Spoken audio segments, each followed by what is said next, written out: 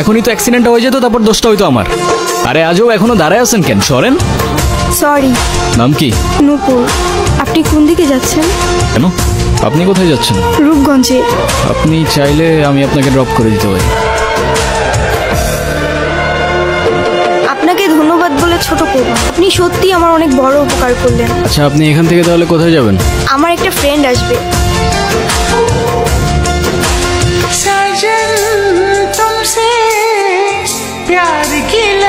আমার মা দেখলে আপনার মেলা খুশি হবে।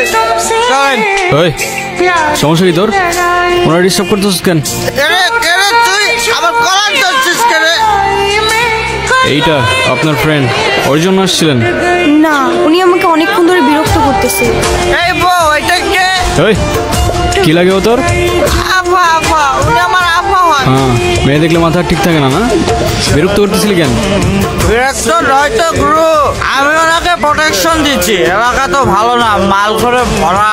তোর প্রোটেকশন দেওয়া লাগবে না, যা তুই যা, ফোট। আপনিও কি ফলো করতেছেন আমাকে? নেন।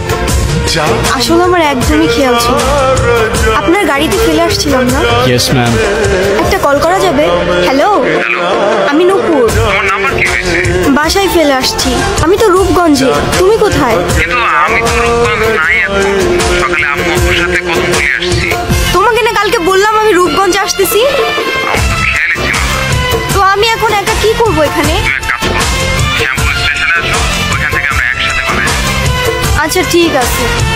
আপনি কি আমাকে একটু শ্যামপুর স্টেশনে পৌঁছে দিতে পারবেন? চলেন, আমাদের জার্নি এখানেই শেষ। আচ্ছা, আপনার বয়ফ্রেন্ড কই? বয়সে নেই? আসছে হয়তো। আচ্ছা, আপনার ফোনটা একটু দেন তো। কি হয়েছে? তুমি কল ধরতেছো না কেন? আমি স্টেশনে এসে দাঁড়ায় আছি। তুমি কই? আসলে একটা প্রবলেম হয়ে গেছে, বুঝছো? কি হয়েছে? আম্মুর কাছে যে মেয়ের বাপ মায়ের পরিচয়টাই নাই, সেই মেয়ের আমি পরে তুলতে পারবো। এই শহরের মানুষগুলোর জন্য কান্না করে লাভ নেই, মুখটা ধুয়ে ফেলেন, আর পারলে সাথে নিজের কষ্টগুলো মুছে ফেলেন। বলছিলাম না, আজকাল মানুষের 2 দিনে ভালোবাসা হয়, 3 দিনে পালাই গিয়ে 4 দিনে ডিভোর্স হয়ে যায়। আপনার তো তাও ভাগ্য ভালো, আগেই কাহিনী শেষ। আচ্ছা, আমার সাথে বারবার কেন এমন করে বলতে পারেন? আচ্ছা, কি হয়েছে বলেন তো? সে যেহেতু আসে নাই, আপনি বাসায় ফিরে যান। না, আমি আর ওই বাসায় ফিরতে পারবো না, আর কখনো ফিরতে চাই না। ফিরতে চান না মানে? ঠিক বুঝতে পারলাম না।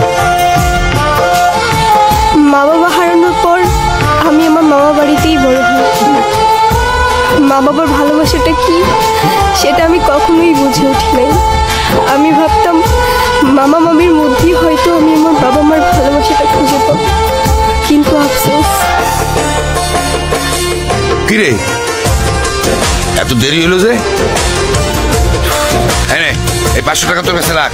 আর তোর মামি আসলি কোষ? আমি হাটে গেছি। হ্যাঁ, মামার একটা বদ অভ্যাস, মামা জুয়ায় আসক্ত। 3 বেলা না খেয়ে থাকলেও তার জুয়া ছাড়া এক মুহূর্ত চলতো না। আর তার জুয়ার সঙ্গী ছিল জাহাঙ্গীর। এগুলো ওরে পড়ায় নিয়ে আসো, আজকে জাহাঙ্গীরের লগে ওর বিয়া দিব। কি কর? মাইয়াটারে তো কিছুই কর নাই। কেন ওরে করা লাগবো কেন? বেশি কথা বাড়ানো তো। যাও, ওরে রেডি করে নিয়ে আসো, যাও। তোর মামায় আমার জীবনটা নষ্ট করছে, এখন তোর জীবনটা নষ্ট করবে। শুনছি 7-8টা বউ আছে, সংসার করতে পারে না। তোরে না একটা পুলায় ভালোবাসে, এই পুলাটারে কল দে, কল দিয়া পুলাটার সাথে পালায় আসা। তোর জীবনটা নষ্ট করিস না। ও নাকি আমাকে অনেক ভালোবাসে, আমার জন্য সব কিছু করতে পারবে। ওর কথাগুলো শুনলে মনে হতো পৃথিবীতে অন্তত কেউ একজন আছে যে আমাকে সত্যিকারের ভালোবাসে। আর যখন কাঁধে দায়িত্বটা পড়লো, সেই ভালোবাসা জানালা দিয়ে পালায় গেল, তাই তো? আমি তোমাকে ভালোবাসি।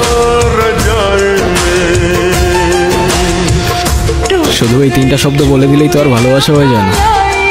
সারা জীবন পাশে থেকে দায়িত্বটা কাঁধে নিয়ে তারপর ভালোবাসাটা প্রমাণ করতে হয়।